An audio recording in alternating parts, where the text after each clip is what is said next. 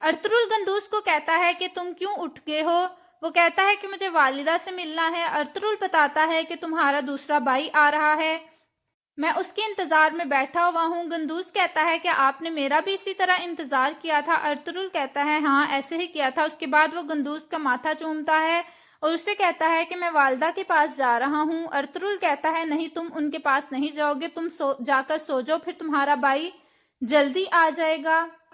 آلیار گندوز کی طرف دیکھ رہا ہوتا ہے۔ گندوز کہتا ہے مجھے والدہ کو جا کر تسلی دینی ہے۔ ارطغرل کہتا ہے نہیں، مرد ولادت کے عمل میں شرکت نہیں کرتے۔ اور پھر ترگت وہاں آ جاتا ہے۔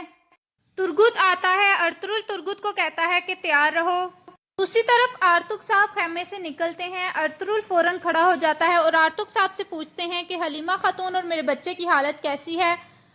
آرتک صاحب کہتے ہیں وہ ابھی ٹھیک نہیں ہے، اللہ ان کی مدد کرے گا۔ آلیار کہتے ہیں کہ اللہ تمام تکلیفوں سے نجات دے۔ ارطغرل کہتا ہے کہ مجھے اب جانا ہوگا۔ آلیار صاحب کہتے ہیں آپ یہاں حلیمہ خاتون کے پاس رہیں، ان کو آپ کی مدد کی ضرورت ہے، ہم جا کر اس جوان کی جان بچا لیں گے۔ ارطغرل کہتا ہے نہیں، ہم نے ریاست کی کٹھی حفاظت کرنے کی قسم کھائی ہے، مجھے جانا ہوگا۔ اس کے بعد وہ حلیمہ کے پاس جاتا ہے۔ حلیمہ کہتی ہے ارطغرل کہتا ہے کہ حلیمہ مجھے جانا ہوگا، اللہ تمہاری اور میرے بچے کی مدد ضرور کرے گا، اور یہ یاد رکھنا میں لوٹ کر آؤں گا، میں جلد ہی لوٹ کر آؤں گا، تمہیں پریشان ہونے کی ضرورت نہیں ہے۔ اس کے بعد ارطغرل حلیمہ کا ماتھا چومتا ہے اور حلیمہ خاتون کہتی ہیں بیٹا اب تم یہاں سے چلے جاؤ۔ حلیمہ خاتون چیخوں کی آواز آتی ہے۔ ارطغرل بہت پریشان ہو جاتا ہے اور وہ پھر پریشانی کے عالم میں ہی سپاہیوں کو کہتا ہے کہ چلو اب جانے کا وقت ہے۔ اس کے بعد وہ آرتک صاحب کو کہتا ہے کہ میں حلیمہ اور اپنی اولاد کو آپ کے حوالے کر کے جا رہا ہوں۔ آرتک صاحب کہتے ہیں میں ہر ممکن کوشش کروں گا۔ دوسری طرف ہانلی بازار میں ابو منصور نامی تاجر کو اس کا آدمی آ کر بتاتا ہے کہ شیر بھی شکار پر چلا گیا ہے۔ وہ پوچھتا ہے کہاں گیا ہے؟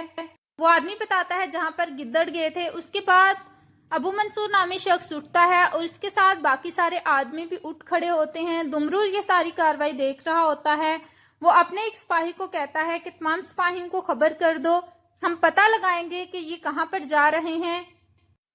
وہ سپاہی کہتا ہے ٹھیک ہے میں بتا دیتا ہوں۔ دوسری طرف ارطغرل اپنے سپاہیوں کے ساتھ اس جوان کی جان بچانے جا رہا ہوتا ہے۔ حلیمہ خاتون کا ابھی تک تکلیف میں ہوتی ہیں۔ ارطغرل جاتا ہے اور اسے یاد آتا ہے، حلیمہ خاتون اسے کہتی ہیں کہ میری اولاد اگر بڑی ہو کر آپ کے بارے میں پوچھے گی تو میں اس کو کیا بتاؤں گی، آپ کو زندہ واپس آنا ہوگا۔ ارطغرل کو پچھلا وقت یاد آتا ہے۔ حلیمہ خاتون ابھی تک تکلیف میں ہوتی ہیں۔ حلیمہ خاتون اور باقی سب ان کی مدد کے لیے وہاں پر ہوتے ہیں۔ دوسری طرف صلیبی سپاہی گات لگا کر بیٹھے ہوتے ہیں کہ اس سلطان کے جاسوس سے کون ملنے آتا ہے۔ وہ گات لگا کر بیٹھتے ہیں کہ انہیں سامنے سے گھوڑے آتے ہوئے نظر آتے ہیں۔ وہ چھپ کر دیکھنا شروع ہو جاتے ہیں۔ ایک سپاہی بتاتا ہے کہ ویسلس کو خبر کرو۔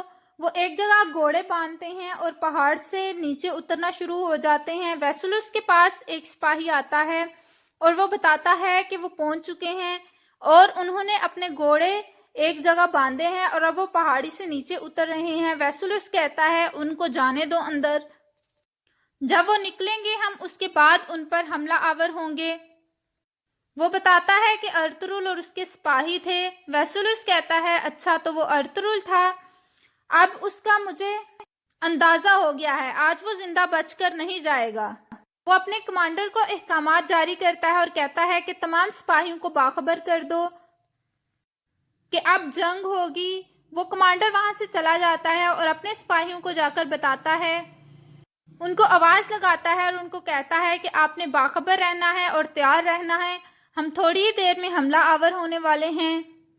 وہ تمام سپاہی اس جگہ پہنچ جاتے ہیں اور گات لگا کر بیٹھ جاتے ہیں جس غار میں ارطغرل اور اس کے سپاہی گئے ہوتے ہیں۔ ویسلس کہتا ہے کہ تم لوگوں نے باخبر رہنا ہے، ارطغرل سے میں اپنے تمام بدلے لے لوں گا اور اس زمین کو ترکوں سے پاک کر دوں گا۔ انہوں نے ہماری زمینوں پر قبضہ کیا ہے اور ان کو اب یہ سب کچھ بھگتنا ہوگا۔ دوسری طرف ابن العربی ایک جنگل میں بیٹھے ہوتے ہیں۔ ان کو پتہ چل جاتا ہے کہ ارطغرل تکلیف میں ہے اور وہ کسی مصیبت میں پھنسنے والا ہے۔ دوسری طرف ارطغرل اپنے ساتھیوں کے ساتھ اس غار میں پہنچ جاتا ہے۔ اس کے بعد کائی قبیلے کا منظر شروع ہوتا ہے۔ حلیمہ خاتون ابھی تک مشکل میں ہوتی ہیں۔ دائی ان کو کہتی ہے کہ آپ کو تھوڑا صبر کرنا ہوگا، بس تھوڑا سا وقت رہ گیا ہے۔ حلیمہ خاتون بھی پریشان ہوتی ہیں۔ اچانک سے حلیمہ بے ہوش ہو جاتی ہیں۔ تمام خواتین پریشان ہو جاتی ہیں کہ اب کیا کریں گے۔ خاتون حلیمہ کو آوازیں لگاتی ہیں لیکن وہ بے ہوش ہو گئی ہوتی ہیں۔ دوسری طرف وہ تمام سپاہی غار کے اندر جاتے ہیں۔ اسحاق اس کو دیکھتا ہے اور وہ سلطان کا جاسوس مر چکا ہوتا ہے۔ وہ ارطغرل کو بتاتا ہے کہ سلطان کا جاسوس مر گیا ہے۔ وہ آدمی کہتا ہے اس کا مطلب ہے کہ وہ صلیبی یہاں پر پہنچ گئے تھے۔ دوسری طرف ابو منصور کے ساتھ اس کے سپاہی اور باقی آدمی ایک جگہ کھڑے ہو کر دیکھ رہے ہوتے ہیں۔ ارطغرل اور اس کے سپاہی جب غار سے نکلتے ہیں، اچانک سے صلیبی حملہ آور ہو جاتے ہیں۔ ایک تیر آتا ہے اور وہ سیدھا آلیار صاحب کو لگتا ہے۔ ارطغرل فوراً آلیار صاحب کی طرف جاتا ہے اور باقی سپاہی تیروں سے بچنے کے لیے ایک دوسرے کے آگے آگے کھڑے ہو جاتے ہیں۔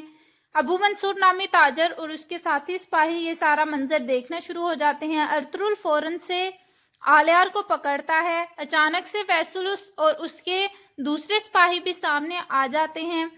ویسلس ارطغرل کو کہتا ہے کہ تمہارا ہم سے آمنا سامنا ہو گیا ہے۔ ارطغرل آج تم یہاں سے زندہ بچ کر نہیں جا سکو گے۔ ارطغرل بھی کھڑا ہو جاتا ہے اور یہاں پر اس قسط کا اختتام ہوتا ہے۔ ویڈیو پسند آئے تو لائک کریے گا، کمنٹ کر کے بتائیے گا کیسی لگی ایپیسوڈ، اور دعاؤں میں یاد رکھیے گا۔ فی امان اللہ۔